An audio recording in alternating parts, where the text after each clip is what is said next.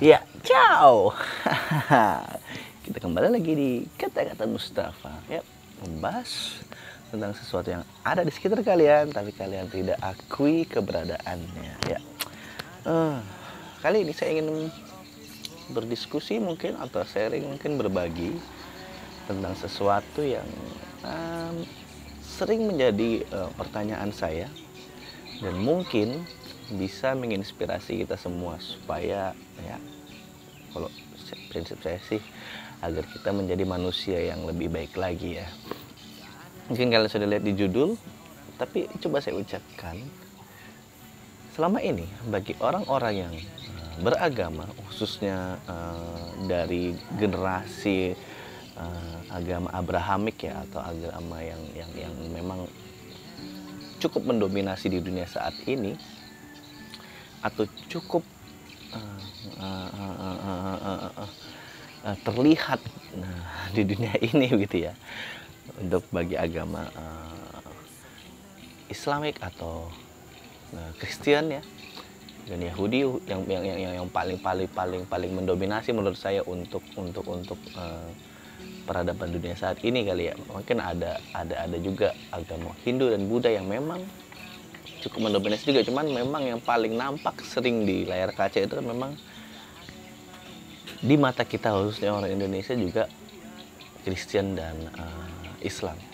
Namun Yahudi juga tidak luput dari pandangan kita, karena memang kita juga berkeyakinan sepertinya agama Yahudi ini ada di belakang peradaban sistem kita saat ini. Jadi saya rasa kita semua pasti sering membaca cerita tentang bagaimana Tuhan menciptakan Adam, bagaimana Tuhan menciptakan kehidupan ini ya, bagaimana akhirnya kita semua menganggap diri kita ini adalah keturunan Adam atau manusia pertama di alam semesta gitu ya. Ya mungkin bagi kalian yang membaca berbagai macam sumber-sumber atau alkisah yang lain mungkin menganggap oh enggak kok, bukan Adam, ternyata ada manusia. Cuman kan yang paling menginspirasi dan mengingatkan kita itu ya manusia pertama atau manusia paling sempurna pertama itu ya adalah Adam ya. Namun yang saya bahas di sini bukan itu ya, seperti kalian yang lihat di judul. Saya sengaja tidak memberikan tanda akhir di sebuah kalimatnya karena supaya ini menjadi gimmick pertanyaan saja, atau mungkin gimmick pernyataan gitu ya.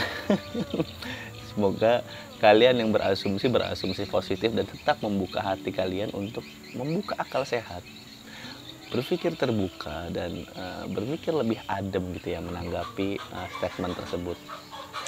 Apakah atau mungkin ada memaafkan iblis? Jujur aja, pertanyaan ini atau pernyataan ini cukup menggelitik saya sejak lama gitu ya. Saat saya membaca sebuah cerita tentang bagaimana perseteruan iblis dan Tuhan, atau argumentasi iblis dan Tuhan yang menentang bahwa dia tidak mau mengakui Adam sebagai manusia yang sempurna, hampir semua kisah atau semua cerita itu dominasinya adalah bagaimana kita membenci iblis begitu dalam. Kita menyalahkan iblis terhadap semua yang terjadi di dunia ini, tapi kita tidak menyadari gitu loh. Sebenarnya patut nggak sih kita maafkan atau kita apa ya sebutannya ya, kita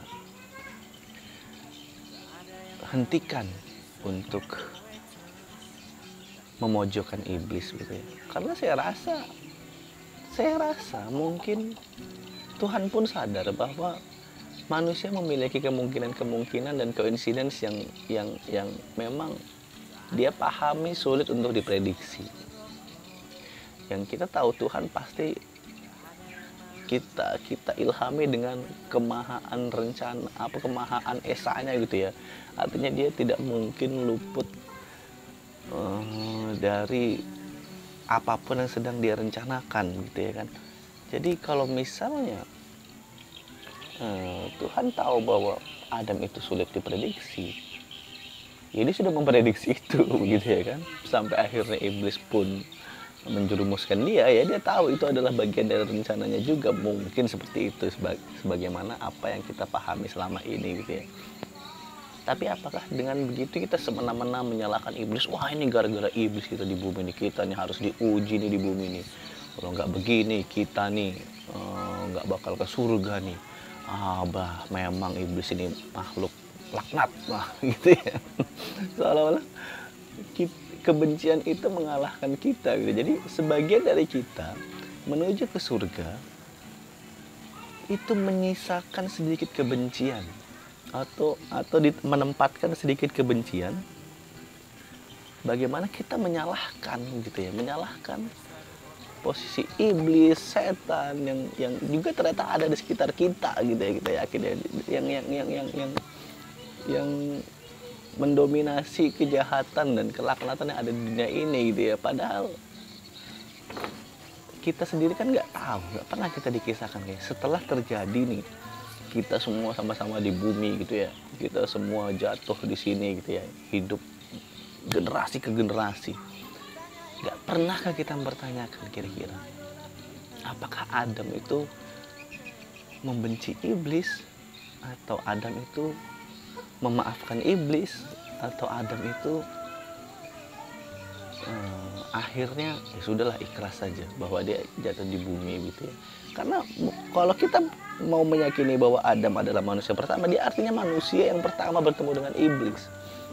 Dan saat dia tahu dia dijerumuskan oleh iblis, kalau kita tempatkan posisi kita dengan apa yang terjadi pada Adam saat itu, apa yang akan terjadi? Apakah kita akan benar-benar membenci iblis? Berarti saat kita jatuh ke bumi, kita wah Tuhan, aku mohon maaf, bla bla bla bla bla.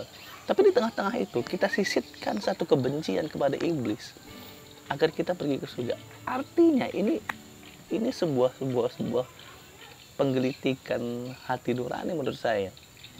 Karena kalau memang surga adalah tempat untuk manusia-manusia yang murni, manusia-manusia yang utuh, saya rasa tidak boleh ada kebencian di situ.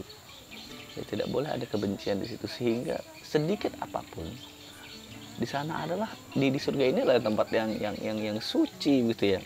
Apakah mungkin tempat yang suci, tempat yang luar biasa indah itu disisakan sedikit kebencian gitu ya, sehingga ya akhirnya akan kemana-mana juga pemikirannya. Nggak mungkin deh kayaknya, masa dasar utama kita pergi ke surga itu yang pertama kita harus membenci iblis, kita harus menganggap atau menyisakan satu pemikiran negatif bahwa kita nggak boleh dekat-dekat sama iblis, kita nggak boleh dekat-dekat sama setan nanti.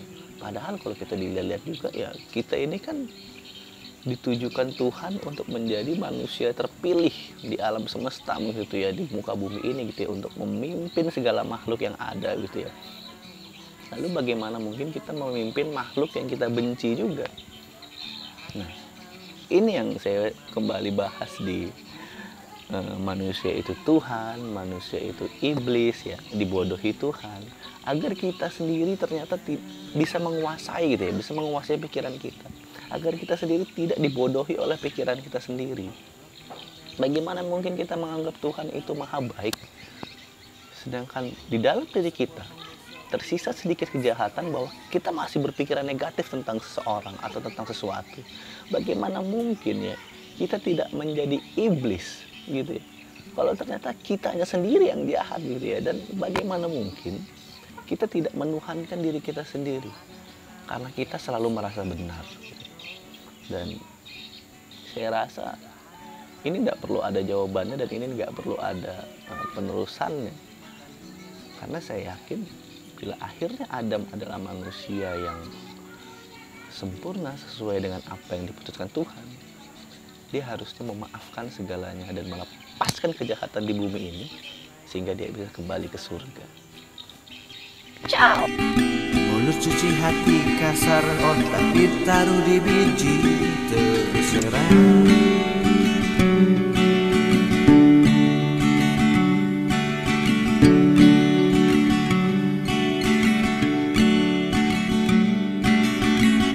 Kedamaian absolut kata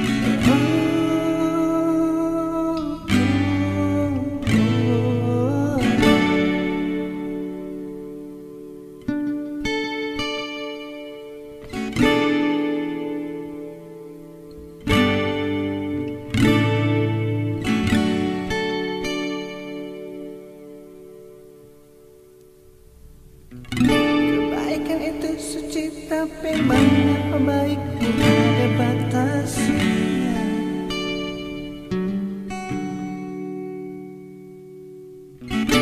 Kebaikan tak terbatas katamu itu pasti ada.